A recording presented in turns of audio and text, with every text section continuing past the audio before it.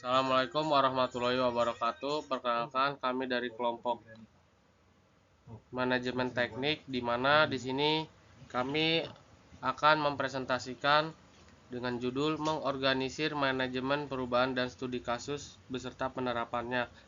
Nah, di sini kelompok kami berisikan Ridho Hamzah Sagala dengan NIM 2022 11038, Angga Dwi Putra dengan NIM 2022 11027, dan saya sendiri Pides Krisnardi Kuncoro Butar-Butar dengan NIM 2022 11031. Definisi manajemen perubahan, proses sistematis. Pertama, yaitu kan ada proses sistematis yang mengartikan manajemen perubahan adalah proses sistematis untuk mengimplementasikan perubahan dalam organisasi. Kemudian ada keterlibatan pemangku kepentingan, di mana hal ini melibatkan kolaborasi dan komunikasi dengan seluruh pemangku kepentingan.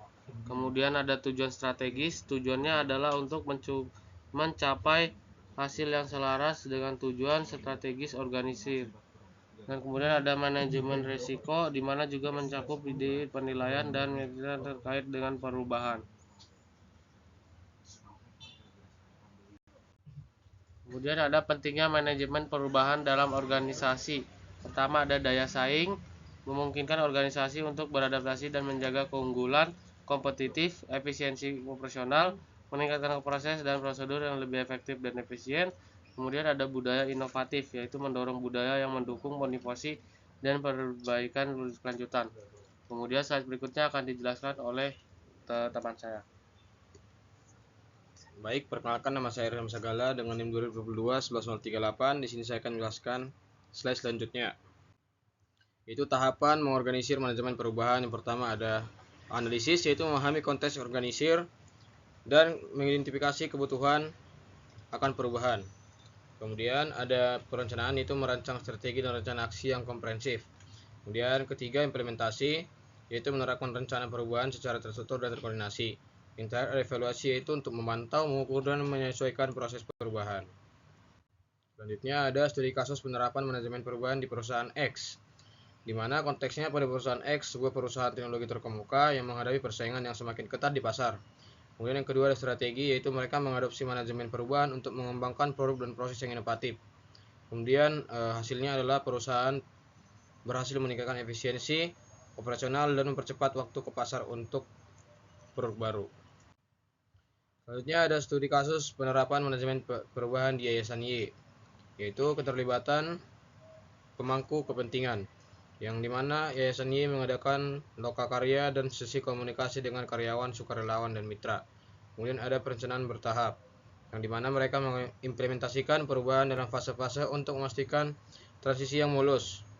Selanjutnya ada monitoring dan evaluasi, di mana yayasan memonitor kemajuan dan melakukan penyesuaian berdasarkan umpan balik.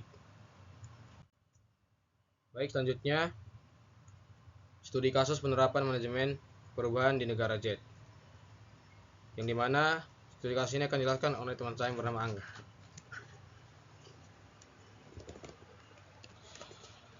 Baik, terima kasih atas Ridho Hamzah Sagala. Terus tentang studi kasus penerapan manajemen perubahan di negara Z. Negara Z sebuah negara berkembang, berusaha untuk meningkatkan efisiensi dan transparansi pemerintah.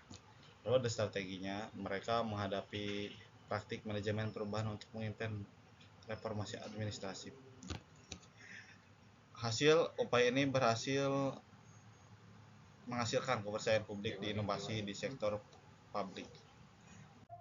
Adapun untuk kesimpulan dan rekomendasi, di mana yang pertama adalah kunci sukses, di mana keterlibatan pemangku kepentingan, perencanaan yang matang, dan praktik monitoring yang efektif. Di mana yang kedua ada tantangan umum, di mana resistansi terhadap perubahan, masalah komunikasi, dan kurangnya dukungan kepemimpinan. Yang ketiga ada rekomendasi, di mana mengadopsi pendekatan holistik, meningkatkan kapasitas, membangun budaya perubahan.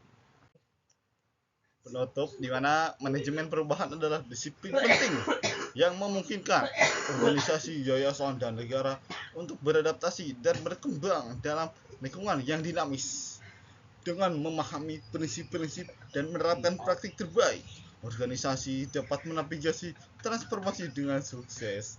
Mungkin sekian, terima kasih presentasi dari saya. Wassalamualaikum warahmatullahi wabarakatuh.